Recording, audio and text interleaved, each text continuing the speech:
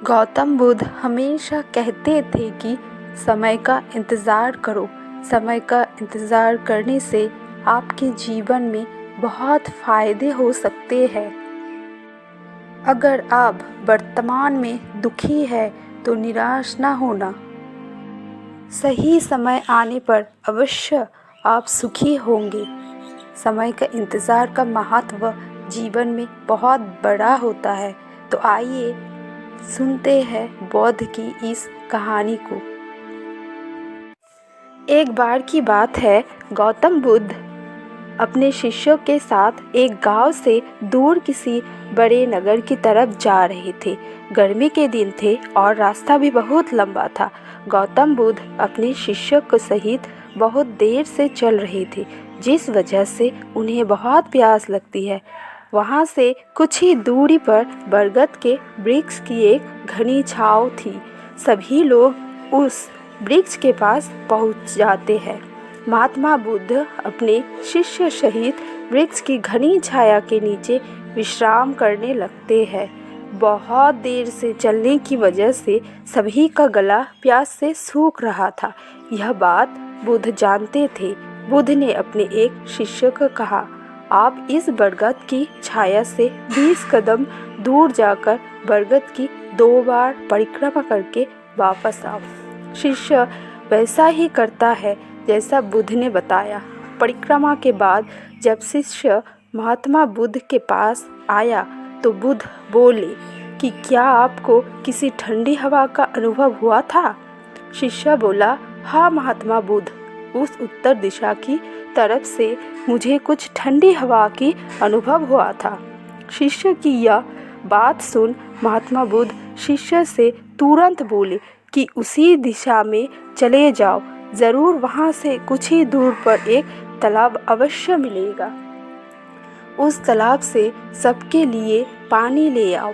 शिष्य उसी दिशा में जब कुछ दूर जाता है तो वहाँ सच में एक तालाब होता है। तालाब देखे शिष्य बहुत प्रसन्न होता है और तालाब के निकट जाकर जैसे ही तालाब से पानी भरने वाला होता है, तभी शिष्य की नज़र वहाँ दूर तालाब में कपड़े धो रही कुछ स्त्रियों पर जाती है।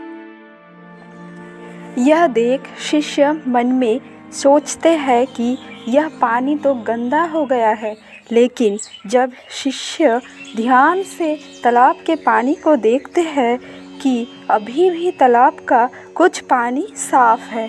इतने में 2 बैलगाड़ी जोर से तालाब के किनारे से होती हुई निकल जाती है। बैलगाड़ी के पीछे तालाब की मिट्टी के ऊपर इतनी जोर से निकलते हैं कि तालाब के नीचे बैठे बहुत सारे मिट्टी तालाब के ऊपर आ जाती है, जिस वजह से तालाब का बचा हुआ पानी भी गंदा हो जाता है। यह देख शिष्य बिना पानी लिए क्रोध में महात्मा बुद्ध के पास वापस चला जाता है। शिष्य बड़े ही निराश भाव से महात्मा बुद्ध को सब बताता है।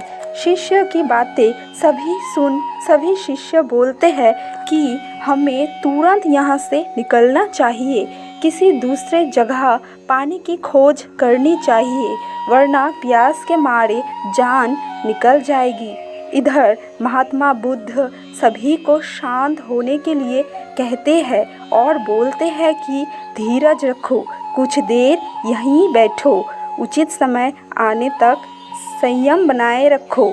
सभी महात्मा बुद्ध की बात सुनकर शांत हो जाते हैं और वहीं बैठ जाते हैं। कुछ समय बीत जाने के बाद महात्मा बुद्ध फिर से अपने शिष्य को उसी तालाब से पानी लाने के लिए कहते हैं। शिष्य बिना कोई सवाल किए उसी तालाब से पानी लेने के लिए फिर से चला जाता है। तालाब की हाल देख शिष्य को यकीन नहीं होता। तालाब का पानी पूरी तरह से साफ होता है। यह देख शिष्य बहुत खुश होता है और पानी भरकर महात्मा बुद्ध के पास जाता है। सभी पानी पीकर अपनी प्यास बुझाते हैं, लेकिन अभी भी सबके मन में एक सवाल होता है कि आखिर यह चमत्कार हुआ कैसे। तालाब का सब पानी तो गंदा था। उन्हें लगा कि ज़रूर ये बुद्ध की शक्ति है। इनमें एक शिष्य ने ये सवाल महात्मा से पूछ भी लिया कि चमत्कार आपने कैसे किया। शिष्य को जवाब देते हुए महात्मा बुद्ध बोलते हैं कि यह चमत्कार नहीं, ये आपके सब्र का फल है।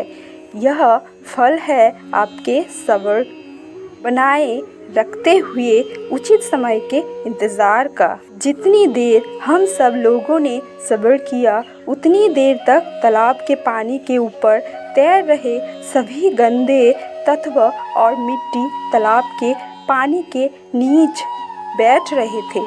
फिर कुछ देर बाद शिष्य जब वहाँ तालाब के पास पहुँचा तो सब दूषित कर नीचे बैठ चुके थे, जिस वजह से तालाब का पानी पहले की तरह साफ हो चुका था। तालाब साफ दिखाई दे रहा था। यदि उस समय आप लोगों ने सब्र ना किया होता, धैर्य नहीं रखता, तो आप सभी इतनी गर्मी में पानी की खोज में प्यासा रहकर शायद अब तक मृत्यु को प्राप्त हो गए होते। क्योंकि यहाँ से अगला कोई तालाब है या नहीं, और होगा भी तो कैसा होगा, क्या उसका पानी साफ होगा या नहीं, इन सब कारण से आप कभी प्यास ना बुझा पाते और प्यास से मर जाते। फिर इतने बोलने के बाद महात्मा बुद्ध शिष्य को एक सीख देते हुए कहते हैं कि जैसे स्थिति हम लोगों के समक्ष आ जाते हैं, वैसे ही स्थिति और मुश्किलों दौर ज़िंदगी के हर मोड़ पर आएंगे। तब उस समय भी आपको ऐसे ही संयम बनाए रखना होगा और आपके विवेक से काम लेते हुए आपको एक उचित फैसले के साथ सही नतीजे पर पहुंचना होगा।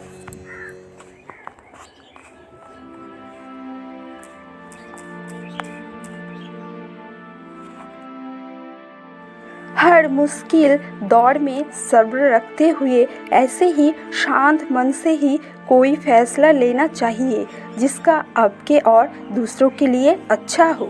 क्योंकि ऐसी स्थिति में लोग अक्सर गुस्से में आकर अपना सब्र खो देता है और उचित समय आने का इंतज़ार नहीं करते हैं, जिसकी वजह से उनको आगे चलकर दुख और मुश्किलों का सामना करना पड़ता है।